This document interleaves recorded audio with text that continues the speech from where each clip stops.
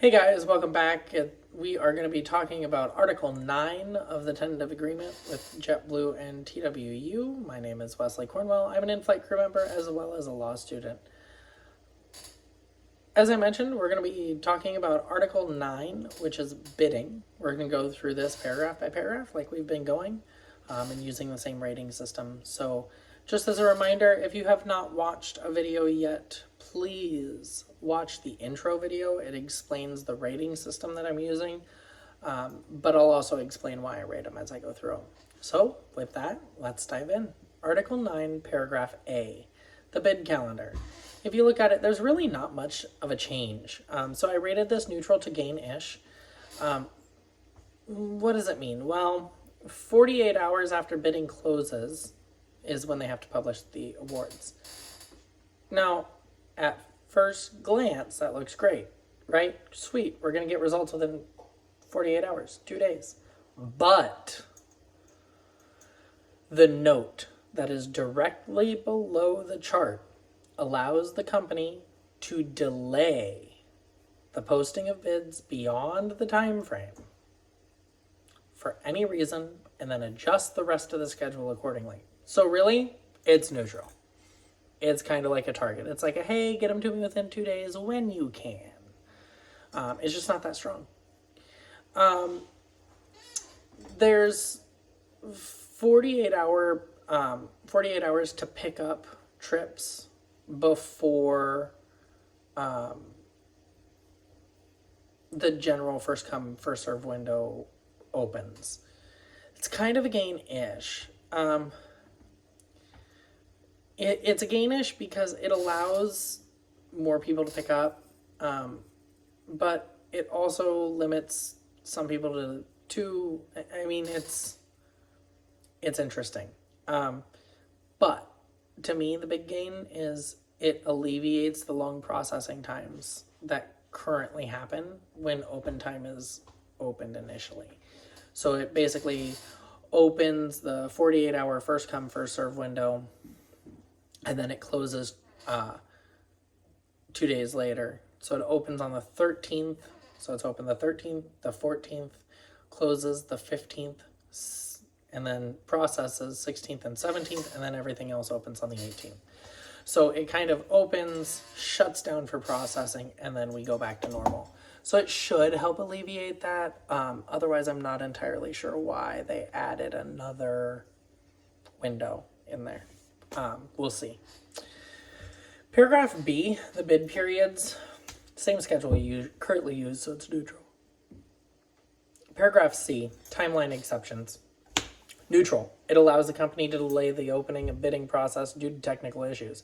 Every time they delay something, they go, oh, it's because of a technical issue, right?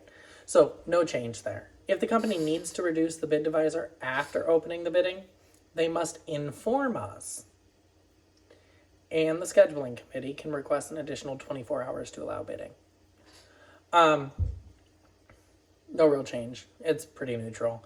Every time they've had to change the bid divisor after we bid, they've either kept it open longer or they've just had us completely rebid. So really no change there. Paragraph D, bidding eligibility. Subdivision 1 is kind of a neutral to a gain. It's the current policy outlined in ISM 1.3, so that's neutral. There's pay protection for dequal removal if not the fault of the IFC, and so that's kind of nice. That's how it should be anyway. That's the gain from it. Subdivision 2 is also a neutral to a gain. It's same options as those currently used, so that's neutral. Prorated the month.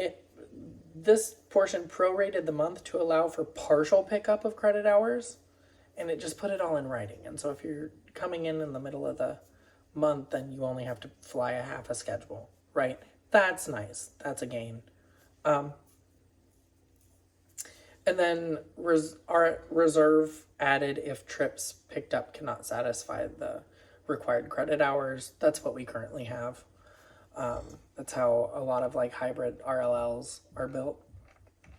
So that's really no change. Paragraph E, pref bidding is neutral to gain-ish. It's the same bidding system that we currently use. Neutral. Publish number of line holders and reserves on the bidding page. That's kind of a gain-ish, right? It makes it easier to see where you're at and see how many people are above you and how many more people need to get hired before you get off a reserve. So that's nice. That's a decent gain-ish. It should be on the first page of NavTech when you log in, like where it shows that little pie chart of how many trips there are and the bid divisor and the numbers allotted to each base. It should be somewhere on that page. Paragraph F is bidding parameters. This is a loss-ish to a gain-ish. So there's a little bit of all three there. The neutral is the target will remain between 75 and 85. It's basically what we have already. The loss-ish is that you must bid for CrewFlex every month. And so for those of you on CrewFlex, I know that's a pain. And I know that it takes away your ability to plan as well. But for most of you, you should be unaffected. Let me rephrase that. For most of you that had CrewFlex before 2020, you should remain largely unaffected and be able to get it. Now, I also consider this a little bit of a gain, though, to others. And so this is one of them where it's like, it's a loss for some and it's a gain for some. It's a gain because it allows you to also pick 1 or 2 months out of the year where you want to fly less instead of flying 35 hours every month, right? So it does allow you a little bit more flexibility. For those of you on CrewFlex, it allows you a little bit more flexibility as well, so that you can get enough hours in now in a year, if you want, to qualify for things like FMLA or to qualify for benefits and stuff like that. So it can be good, it can also be bad, but it does add a lot of uncertainty. And so that's why I ultimately categorized it as a loss-ish. The target credit window is below the threshold for minimum pay, for premium pay. That's one thing that I considered a loss. So you're going to increase the threshold to get premium pay up to 77, but the target is going to remain down at 75. To me, that was a loss, right? It's an easy, cheap way for them to save that extra hour of pay.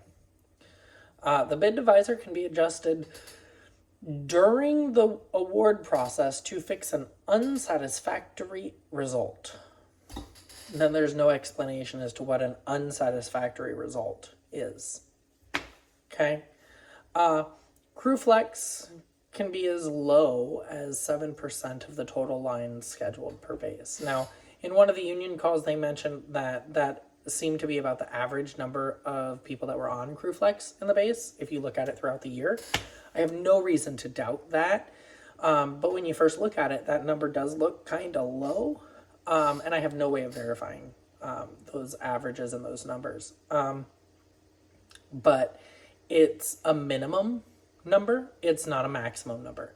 So it's at least 7% of the lines in every base will be CrewFlex. Okay? And so that'll be adjusted month by month depending on staffing needs. The gain-ish is that you can do CrewFlex for 1 month if you want. And so it does allow that flexibility. And that at least 7% of the lines are going to be CrewFlex. And so it's going to be offered every month. So again, it's just one of those things where it's like, it's good for some, bad for others.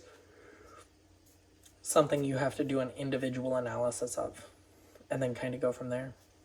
Paragraph G, the Pbs parameters, is a loss to a neutral. The way that it reads, it doesn't seem like you're going to be able to waive the 1 in 7 while bidding.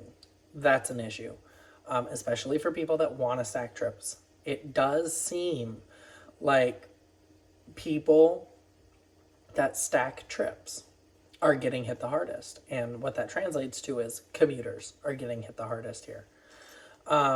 You also have a mandatory 2 days off if you're on for 6 days.